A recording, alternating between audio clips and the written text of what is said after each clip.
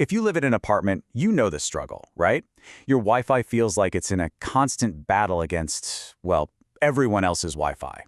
So today, we're going to dive into two of the most critical and honestly, most misunderstood settings that can seriously clear up your connection: channel width and transmit power. All right, first things first. Just so you know, what we're talking about today comes from a fantastic guide by RFI Detectives. This is actually part 4 of their 10-part tutorial all about cutting down on Wi-Fi interference in apartments. So yeah, we're zooming in on one specific piece of a much bigger puzzle. I absolutely love this analogy because it just makes so much sense. We've talked before about picking the right driving lane for your Wi-Fi. Well, now we're talking about not being that person driving a giant semi-truck down a narrow street, laying on the horn the whole time. You get it? In the crowded world of apartment Wi-Fi, being a polite driver is everything. But hang on, before we even think about touching a single setting, we need to talk about the process. And I'm not kidding, this is, without a doubt, the most important part of this whole explainer. If you get this wrong, you can actually make things a whole lot worse. So what is it?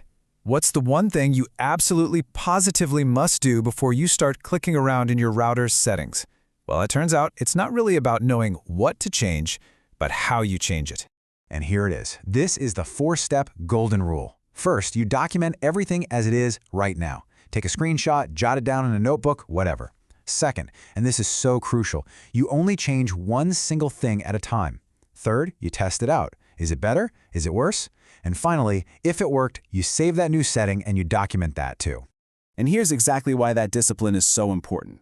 Look, if you change 5 settings at once and suddenly your laptop won't connect, you have no idea which change was the one that broke everything. And if you didn't write down the original settings, you're stuck. You can't go back. So remember, one change, then one test. It's the only safe way to do this. Okay, now that we have our method down pat, let's finally apply it. We're starting with our first setting, channel width, beginning with the super crowded 2.4 GHz band.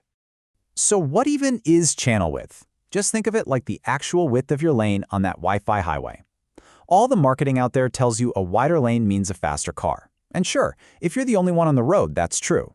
But in a packed apartment building, a wider lane just means you're way more likely to sideswipe your neighbors. This breaks it down perfectly. Using the common 40 MHz width, that's like trying to drive a semi-truck down a narrow city street. You're just constantly overlapping with other lanes, you're causing digital traffic jams. But switching to 20 MHz is like hopping on a bike. You're nimbler, you cause way less disruption, and everyone can coordinate and politely take their turn. So here's the bottom line. For your 2.4 GHz network in an apartment, this is your magic number, 20. Log into your router, find that setting, and lock it to 20 MHz.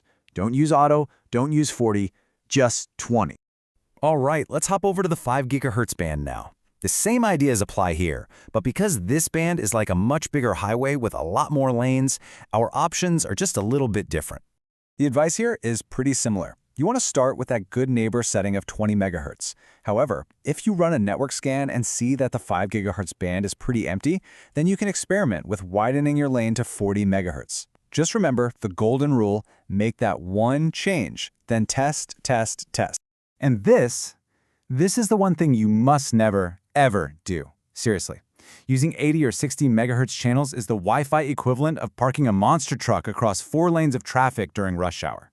Yeah, you might get a tiny speed boost for a second, but you'll cause so much interference for everyone, including yourself, that it's just not worth it. So don't do it. All right, so we've narrowed our lane. Now it's time to talk about the horn. Let's get into transmit power, which is the second of our 2 really impactful settings. Now, this is the big takeaway, and I know it's going to feel completely backward. We're all trained to think max power is the best option. But in a dense environment like an apartment, the opposite is true. You actually want to shrink your signal's footprint.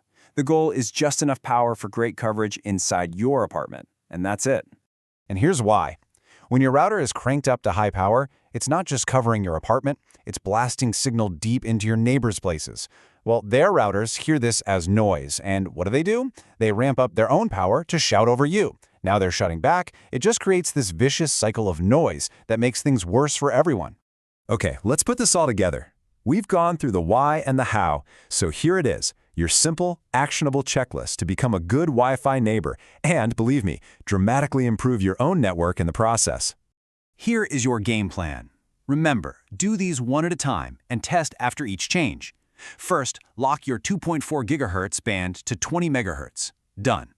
Second, for 5 GHz, start at 20 and only test 40 if your airspace is clear. And finally, for transmit power, start on the low or medium setting. Whatever you do, resist that urge to just crank it to high.